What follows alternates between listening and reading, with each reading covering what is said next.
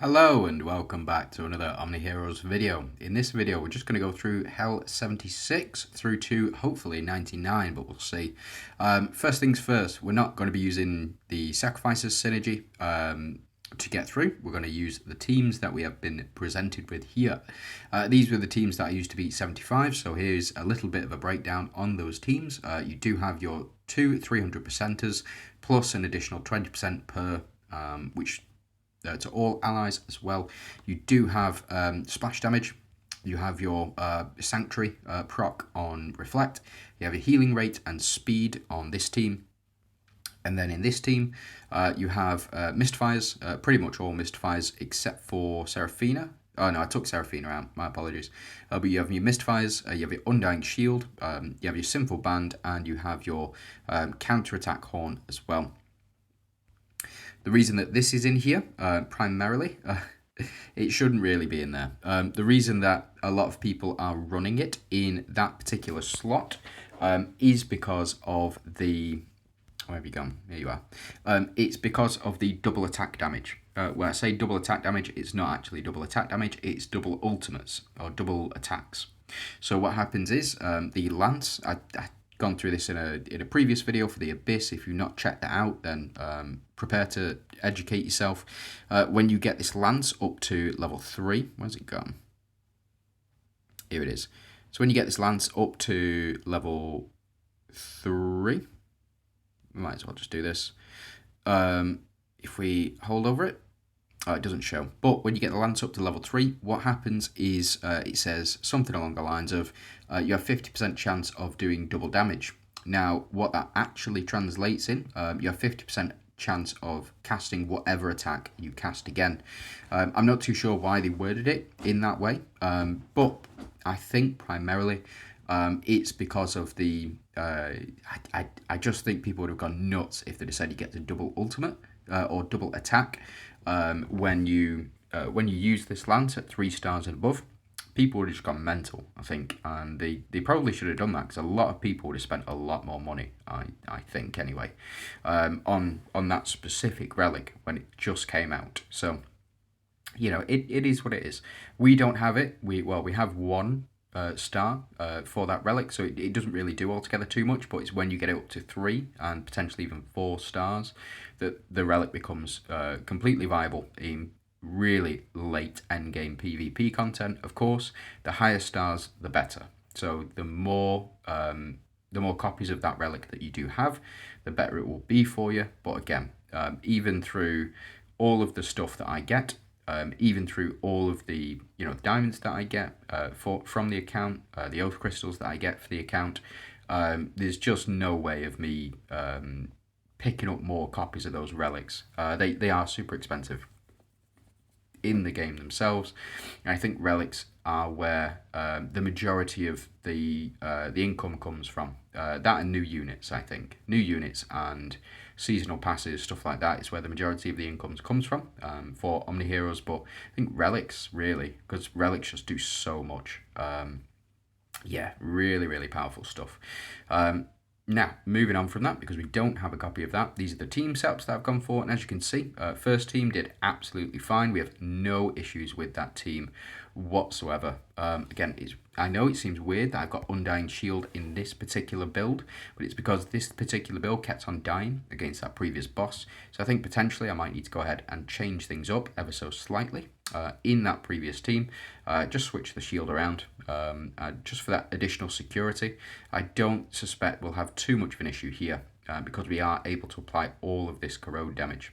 Now, the reason that I've got Mulan in this particular slot here is because the way I've built things for my hope tree. Got plenty of videos going through my hope tree, but maxed out energy on 1, 2, and 5, except for 3, 3, and 3 for energy production. That's going to go up at some point, and then maxed out Grace of Hunters, maxed out damage reduction, and maxed out increased damage as well, just for the additional advantages that those provide. But really, energy production is key. The reason that Mulan is down in this bottom slot is whenever she does attack or she follows up with an attack, she also triggers the energy gain as well. So she will gain an additional 40 energy every time she follows up with one of those basic attacks. We may see that here. No, we don't, unfortunately. Do we see it here? Come on, Mulan. do what you need to, do your business. There we go. So energy has just gone up by 40 there. We went from 50 to 90 because Mulan attacked through. Again, it is such a powerful ability to have, and one way of building up energy very quickly. The same is true, I believe, with Nawi. When she does her follow-up attack, she also gains energy when you put her in this slot here, and as well, other units as well, like the Dawnbringers synergy, the Protectors synergy, all do proc that energy gain. So as you can see, we now have 170 energy, which means that we've got pretty close to infinite dodge here. So really powerful, but again, it is what it is. So we've seen this first match. What we're going to do is we'll skip through basically the next 20 matches, I suspect. What time are we on? Yeah, got ages yet. But yeah, we're going to skip through these next couple of matches. If we come up against any, which might be a bit of a problem, then we'll stop and just go through. Or if we lose, we'll stop and go through. The only ones that I'm really concerned about would be 85, which is Solomon. And as well, I would also be relatively concerned about potentially 95 as well, with having Lachesis and her revitalization. The Holy Shield should not be a problem. Specifically, Talos should not be a problem on here. Now, if you just bear with me 1 second. Sorry about that. I just needed to sort something out. But if we now power through, again, I think that Talos shouldn't be an issue, because removal of Holy Shields is much more common than removal of Bind, and also removal of revitalization effect. Again, there are a couple of units which do it, which might be preferable to use, but again, we'll just have to see. So we did get through 81. Again, like I said, not too much of an issue. You don't really need to build specifically around 80. What you can do is you can use the various different synergies. So as you can see, you got team damage reduction here, and team damage reduction here for your sacrifices. If you want to go ahead and build a sacrifices build, for me, the seasonal synergies, they're not super relevant. Personally, anyway, I don't think so. They're not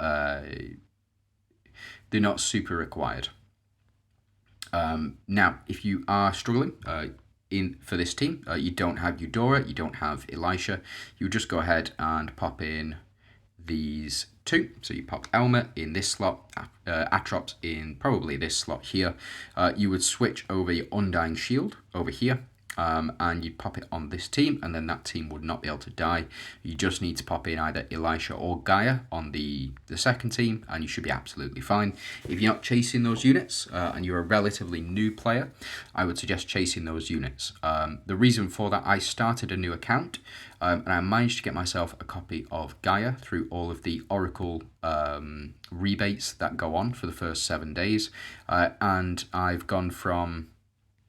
Ooh, we lost this one. That's the Bind one. So this is Solomon. So first team, absolutely fine. Because of Orphelia removes Bind. The only other thing that I might suggest is taking out in this one. We'll take out Astrid. Now, I don't think we have any counter heroes, but something that you can do, which is very... It's so strange how they've done this, but they've not done anything else.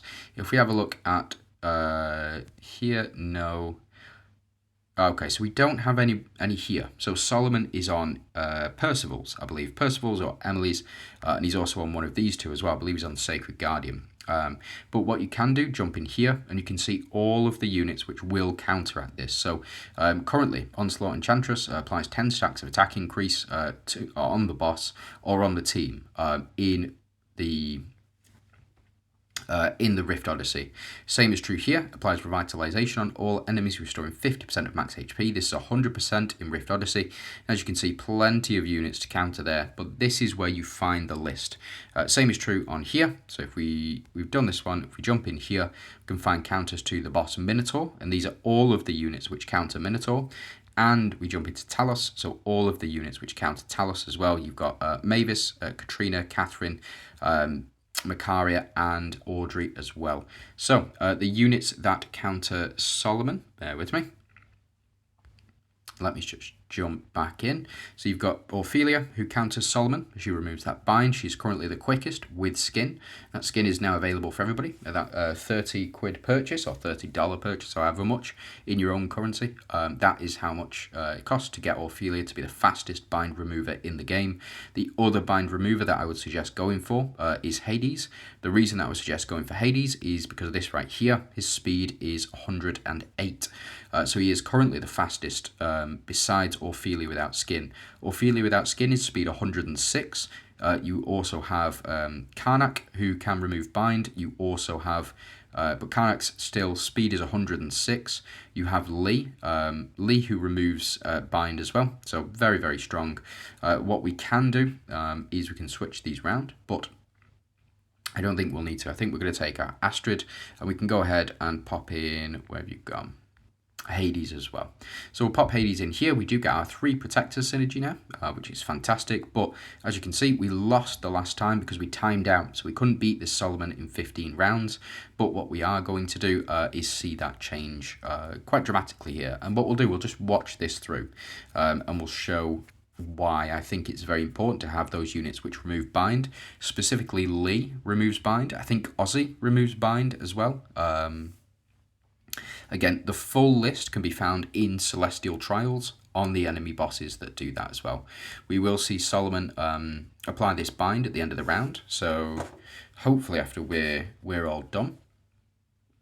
We do steal an enemy as well, which actually is quite useful, to be fair. We even apply that burn on Sal here. I think Persephone is going to provide fortitude in the next round, but hopefully we can kill Sal off before then.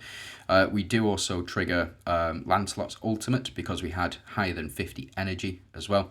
And we do have this Protector synergy active, which will help us do basic attacks back. So we do get all of our team here. The faster you can remove this bind, like that for example, the more of your team will be able to attack through. Fortunately, we even get the execute ability there, which is quite nice. Works very well alongside units which do that passive stuff, like Mystifiers, like Dooms. Hades works very well in.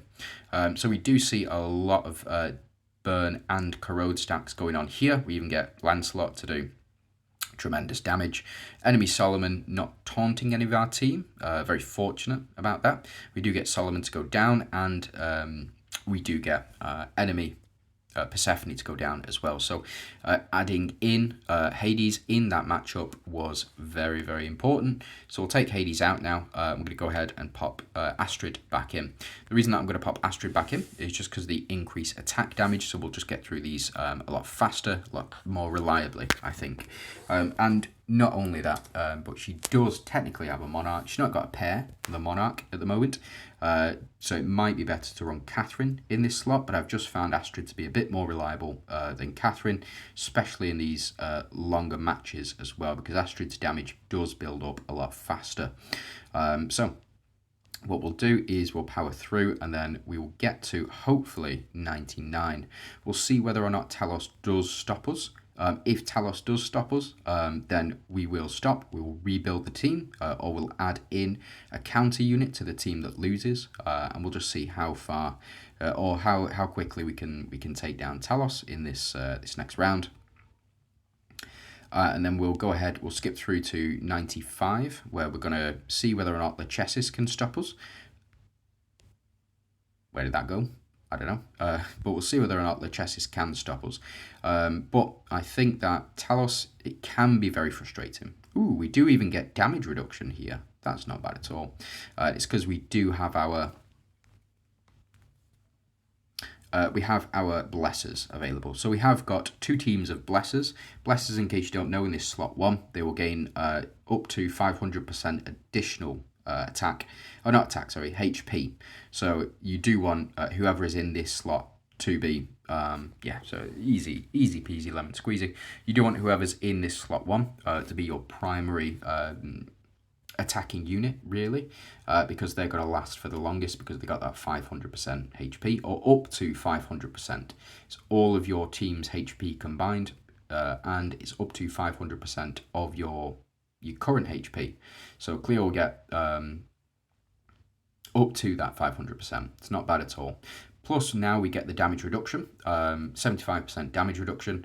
Again, I think these teams absolutely fine. Again, if you don't have somebody like Tsukiyomi on the team, then you take out Tsukiyomi and you put Dullahan in there. Dullahan is absolutely fine for you to go ahead and replace. Sometimes probably better because he attacks all enemies. We get up to 92, that's not bad at all. Against those phantoms, it can be a real pain. Now we are going up against 3 monarchs here technically, so it might cause a little bit of issue, but not for that team, not for that first team. It's just, that first team is just mental, absolutely mental. You know, it is what it is. You just get so much attack so quickly, you're just doing so much damage so quickly, like, yeah, it is what it is. What can you do? Now, this second team, again, it's just purely Mystifiers. Yeah, well, yeah, Mystifiers, I just love Mystifiers recently. I've very much diverted my opinion on them, changed my opinion. It's because of all the stuff that's come out for Mystifiers as well. So we do jump into Lachesis here, and Lachesis will, what we'll do, we'll watch this first round. We'll see Lachesis apply Revitalization on the enemy team. And then we'll see them all go back up to full health, and then we can go ahead and skip once we've seen all of that anyway.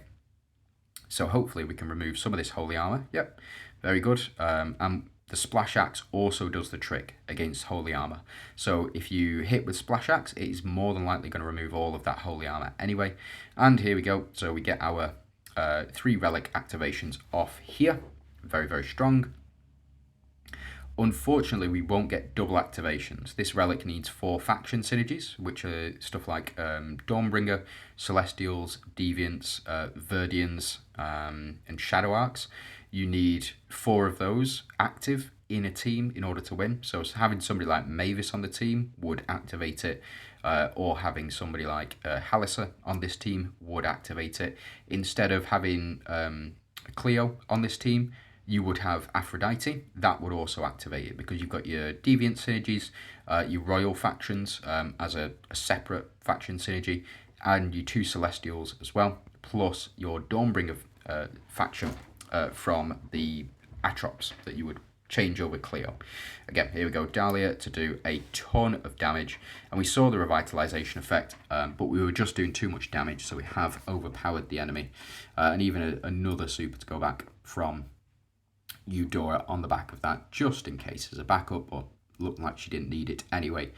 So this might be a little bit more challenging because we do rely on our corrodes. Now, the problem with using corrode against the enemies, or specifically these enemies, as you can see, there are 2 Celestials on the team. You've got Talinas in this top right, and then in the bottom right you have Vittoria. Now, Vittoria and Talinas, whenever an enemy dies, you will remove all debuffs because of that Celestial perk. You remove all debuffs, which does include burn, and it does include corrode as well. So all of the corrode that we've built up, as you can see, enemies have 10-ish stacks of corrode on them at the moment. Those will all disappear the moment that this Lillian Leah is going to go down. So this Lillian Leah is probably going to go down very quickly. We do get response back, fortunately. We do dodge as well. But we've applied Revitalization. And yeah, so we haven't managed to take any of them down at the moment, but they will restore 100% of their HP, I believe, anyway. Unfortunately, Astrid, that big attack just gone to waste because, yeah, it is what it is. We do get the double ults as well. So as you can see, doing massive amounts of damage with Tsukiyomi, and it's because of the... Oh, because of Astrid. Sorry. I thought it had an artifact in there. It is actually just because of Astrid, and Gaia is double ultimating because of her rune passive as well. So as you can see, lots and lots of tasty combinations to go in. If we don't kill Merlin here, I don't suspect we will live for very long. But it seems as though Mulan removes Revitalization effect. It's still going to be reapplied though, because Lachesis at the end of this round will... Yeah, so Lachesis at the end of this round will apply the Revitalization effect. There we go. So Lillian Leah down. All of those corrode stacks have been removed, as you can see. All of our hard work has effectively just been undone because an enemy has died, but we are reapplying those corrode stacks, so very, very good for us. And as you can see, we're up to 100 stacks of corrode already, and we're already in round 2. So this team, very, very good at building up very quickly. Again, it's because every time we attack with Lancelot, we are also applying those corrode stacks, and we can then, when the Celestial triggers, triggers, we can also reapply all of those corrode stacks as well. All of the burn stacks we can reapply, which gives us more of those build up for the Genesis glow effectively. So there we go. Looks absolutely fantastic. We nearly even took out enemy chesses here. And what time are we on? 20 minutes, yeah. All right, okay, so let's skip through. Let's go ahead and see how far these teams can take us. So it looks like 96, absolutely fantastic. And it looks like Glorians and Ethereals are going to be the key next time. So we'll just have to see for this this level 100 boss, or Hell 100. We'll go ahead and see whether or not we actually need to use the Ethereal build and the Glorian team in order to win. I suspect it will literally be down to RNG, and I also suspect it will be up to how powerful the enemy boss is. I think this boss is going to be super tough. Now, a lot of people cleared it very early on. Do not be discouraged by that. There was a glitch or a bug, and people exploited that bug. I don't hold it against them. I don't think it's wrong of them to do that. If the developers leave something in the game that shouldn't be in the game, and people use it to their own advantage and clear Apex difficulty, I don't hold it against them. I would have done the same, but what I need to do is I need to record all of these anyway. So I need to record my entire journey all the way through for content and to entertain you guys, to inform you guys on how to win. And the best way for me to do that would be to not exploit a bug that's part of the system. Because if I release Hell 100 on day 1, people are going to get a bit sus. And as well, people who come into later, so after the patch has been updated, they don't have a guide then. So that's why I do it. If you're able to beat Hell 100 using that bug, absolutely fine. The bug was, by the way, with Shadow Arcs. Whenever you cast an ultimate after dodging, you didn't lose any energy. So effectively, you retained 200 energy. You retained a dodge chance that was up to 150%. So a lot of people were, oof, you door it down. Oh my goodness me. That is a real pain. That's reflect damage, by the way. Just something to keep in mind there. Reflect damage on the front, we want to do as much splash damage as we possibly can. And the reason for that is because as soon as these front two go down, we'll see it in the next one as well. As soon as, and that's Corrode that's just done that as well. So very, very powerful effect, that Corrode damage. Fortunately, we do have, we have Dahlia on the team. And also Ophelia, even though she went down. But we do have Dahlia on the team. It is what it is. They have even applied hindrance. That is crazy. Having hindrance applied to us. So we couldn't receive buffs, which is why I think it's a bit of a problem. But we'll see. So we do get the splash damage here, and we get that splash damage. Look at that. Look at those numbers. It is mental. And we do retaliate here with an ultimate. We get our 2 stacks of Holy Shield as well, which is very, very important for survivability against Reflect and against Corrode as well. Even though it only blocks 1 instance of damage against Dooms, it is a very, very powerful effect and can keep you alive for that first couple of rounds, so that Dahlia can do crazy damage like that. Mental damage. I think I'm going to have to make that into a short. Now, this team might be a little bit more difficult. And the reason that it might be a little bit more difficult is because we are still... we don't have Dahlia. We don't have Dahlia, we don't have Cleo on this team. We do have Gaia and Tsukiyomi, as well as Mulan, to apply the burn damage. So we're going to do damage very, very quickly. The problem with this type of tactic is that when these guys die, they don't come back with a Corrode stacks on them. Same as we've seen previously, you don't come back with the corrode stacks, so you do lose out on all that damage and you've got to build up again and again and again, which is why we focus primarily on dodge. So after triggering dodge, retaliates with the basic attack. That's why Lancelot is in slot 1, because we retaliate with the basic attack and we apply corrode to all of our enemies here. So as you can see, up to 53 stacks of corrode already. Lancelot also dodging all of these attacks, so we do get an attack back, applying even more corrode damage. The fact that Lancelot applies corrode to everybody on the enemy team when he does a basic is the reason why I include this dodge artifact and the increased dodge rate, as well as go with Grace of Shadows. It is really, really powerful. Fortunately, no Celestials on the enemy team, which means that even when these guys die, they don't purify or they don't remove buffs, which means that the ones that don't die will still retain those corrode and burn triggers as well. Very, very strong effect, I think anyway. So it is one way to beat them, is just keep applying all of this damage. So we are applying loads of damage to them now. No splash axe, unfortunately, but we don't need it. We just need to keep applying all of these corrode and burn stacks as well. But as you can see, Gaia taking a lot of damage here, and the only reason she's able to survive is because of the leech rate that she has.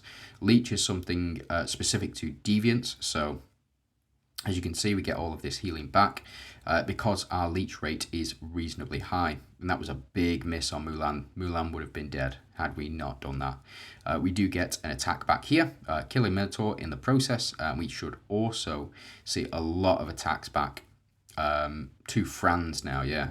Well, poor Franz. Shouldn't have attacked us. They should have just given up, to be honest. Oh, Tsukiyomi goes down as I say that. It's pure anime villain line right there. Shouldn't have attacked me. But one of my generals had just died. Yeah. But again, leech rate, really important, because as you can see, we get all this healing back. It helps build up with Grace of Hunter. It gets up to that 250 million additional attack and defense very, very quickly. So it helps survivability. And Lancelot here, MVP, placing all of this corrode, all of this attack on. So we do apply even more corrode every time we do a basic. And I think, no, still got 2 more. Of course, we still have 2 more.